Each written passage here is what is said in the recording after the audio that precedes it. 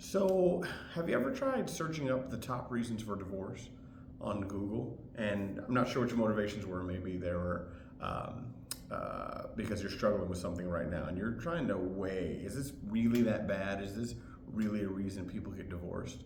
Well, I'm going to tell you, Google may have popped something up, and AI is really popular, and that's popping things up right now.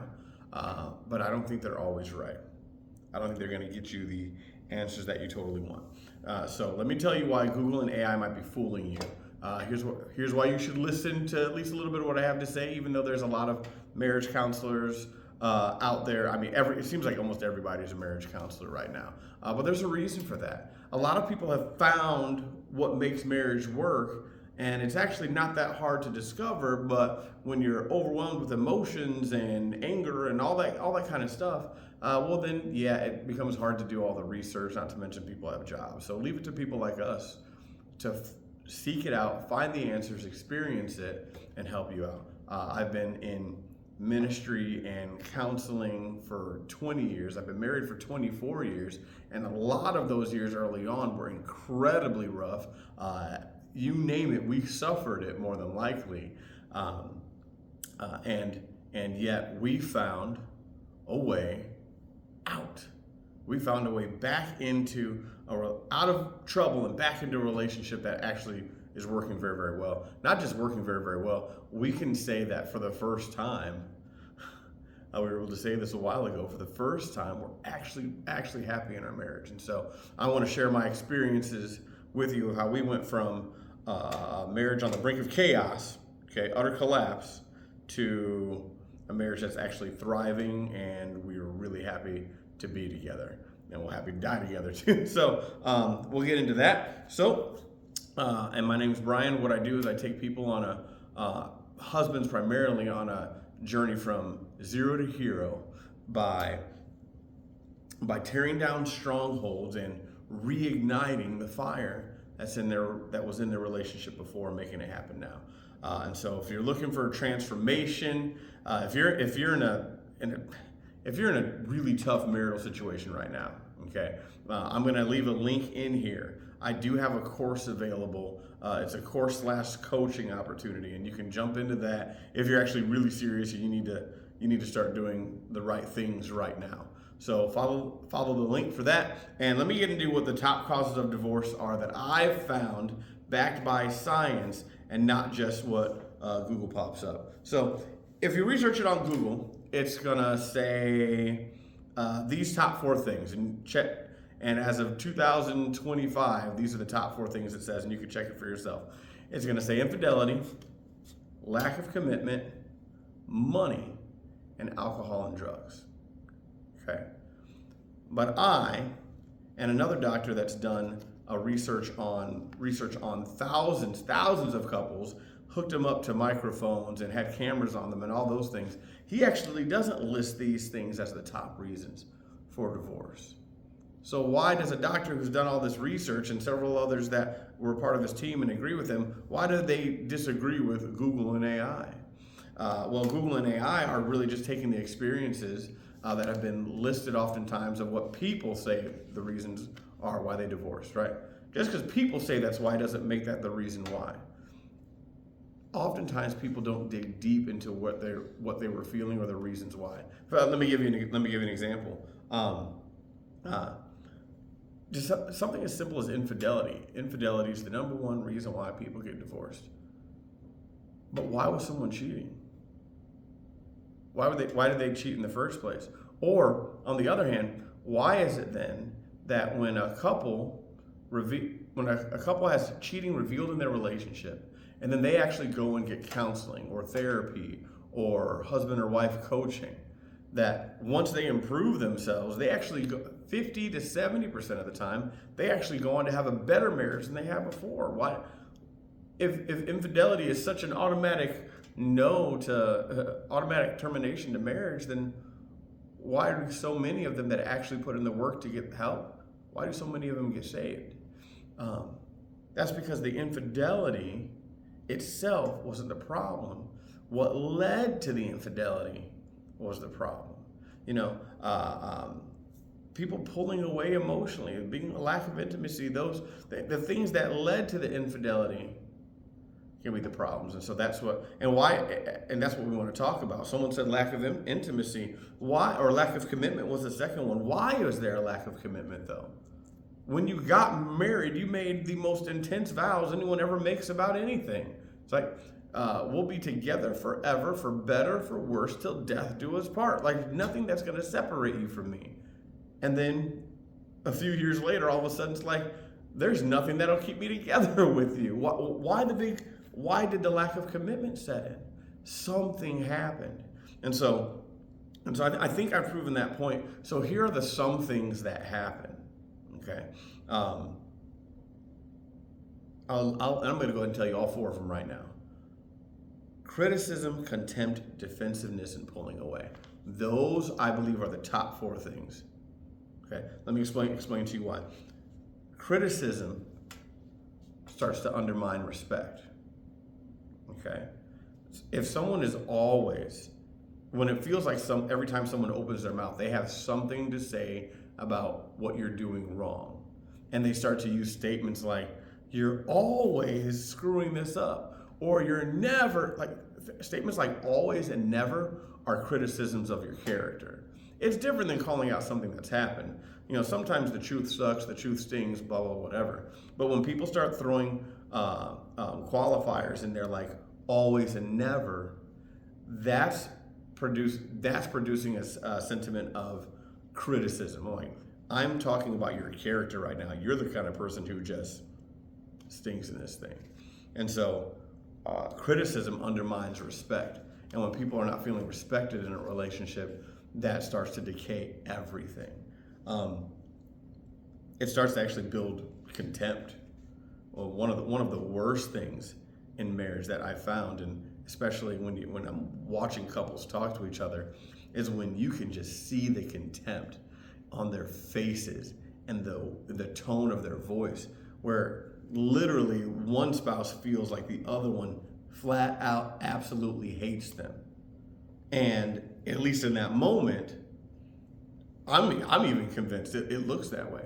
Okay, when you are around someone who you feel hates you all the time, it's going to become really hard to stay connected to them, to stay emotionally invested with them.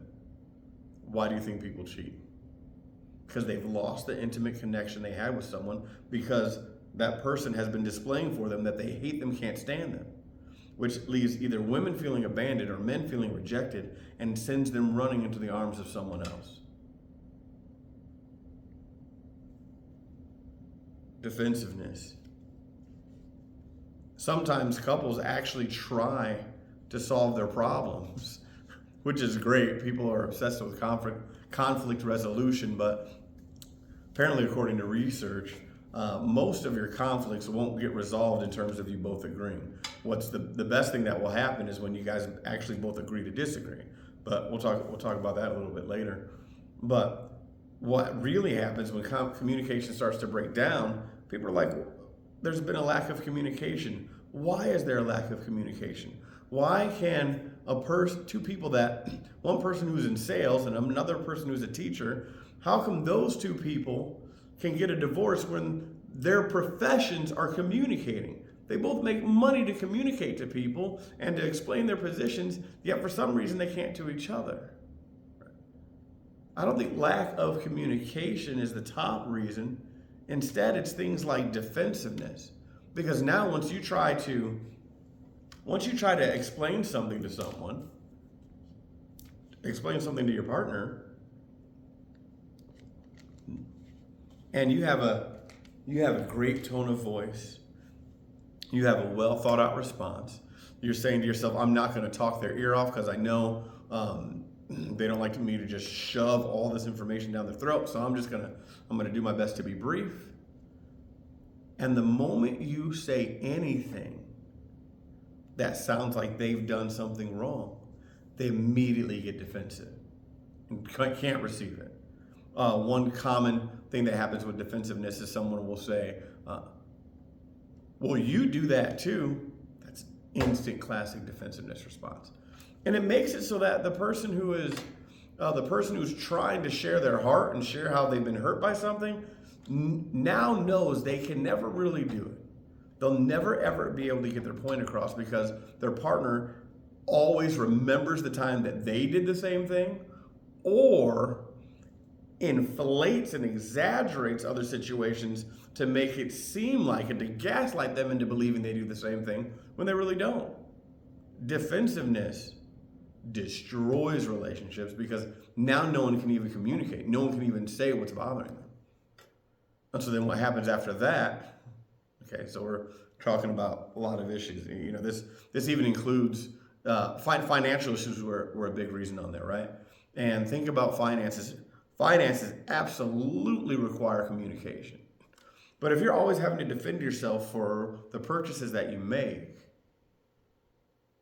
well, why can you spend money on this why can't I spend money on this thing, but you get to spend money on that? And anytime you try to have a conversation about the finances to come together on it, it becomes this defensive war. And so then you can't solve your finances and you stay in emotional and financial turmoil. You know, the reasons that you find online usually aren't the deeper issue that's happening. That's why some people can, if the third reason, according to Google, for marriage is breaking apart is money, then why are there poor couples that can stay together? Don't get me wrong, financial strain does make things more stressful, and it makes you more on edge to try to solve things. But there are couples out there that do great with less than most people. Right? The question is, why is that? Things like they've learned to find contentment and stuff like that. Just the pure lack of money doesn't mean your marriage is going to fail. It's the things that happen to you, the attitudes that you develop because you have a lack of money. Finally, finally, I would tell you that the fourth one is stonewalling, also known as pulling away. Honestly, once someone is experiencing so much criticism, contempt, and defensiveness, it almost feels like nothing's working. Being around you isn't working because you're just simply going to tell me what a terrible person I am.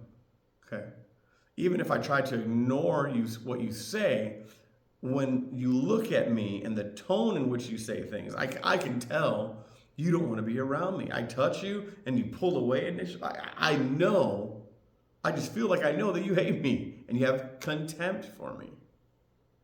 And then when I try to explain this to you, you get incredibly defensive no matter how I say it to you. I say it angrily, or I say it soft, I say it short, or I say it long. I send it in a text message, I do it in a phone call, I do it face to face. No matter how I do it, you get incredibly defensive. And so I know I can never even really be heard.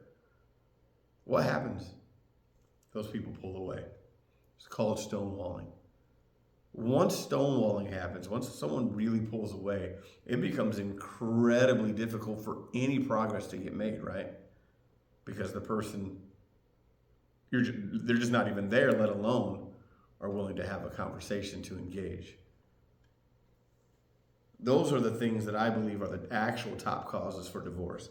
And those things, criticism undermines respect, contempt destroys emotional connection, defensiveness prevents communication and promotes conflict. All right. Defensiveness stops you from being able to say the things you want to be able to say. And then, honestly, it eggs the fight on. And then stonewalling, that it's a serious type of pulling away, stops the progress altogether. One more example. The fourth thing that Google will tell you is so wrong with one of the top reasons that people get divorced is alcohol and substance abuse. Now, I don't mean to make light of this. I know people have dealt with terrible situations with someone who's been addicted to some type of substance. My question becomes, was the substance the reason, or was who they became the reason that your relationship didn't work out and you couldn't be with them anymore? See, what happens when people, what if they were drinking every single day, but it didn't affect them at all? They were still incredibly nice to you and loving to your children. They were still delicate with you, soft with you, encouraging of you, and all those things, even though they were drinking every single night. You probably wouldn't have anything to complain about then, right? The problem is what happens to them. What happens to them when they're doing all that drinking, when they're doing all those drugs, when they're on all that stuff.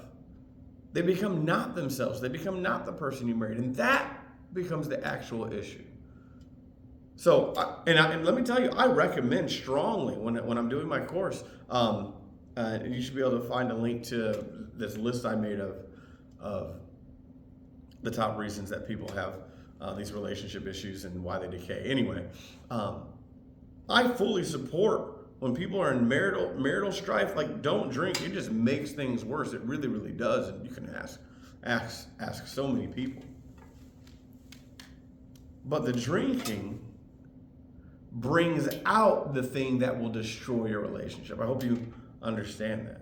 That's why you should stop drinking, because that is going to expose or pull out something terrible. I've talked to some people that will swear up and down they would never say the things that they said while they were drunk or tipsy or high, had they not been. They never would have said those things if they weren't under the influence of something. And so I understand Google means well, and AI is a powerful tool, but we've got to think deeper. Your top causes for divorce: criticism, contempt, defensiveness, and ultimately pulling away. And those things cause all of the others. I'll be making more content like this. I'm trying to help as many people as I can go from a terrible marital experience to literally becoming the heroes of their own marriage. And the more I can do that, the more accomplished the better. I'm hoping to make the world a better place if I can do that for as many couples and even husbands as I can. So thanks for listening. Like and subscribe if you want to see more content like this.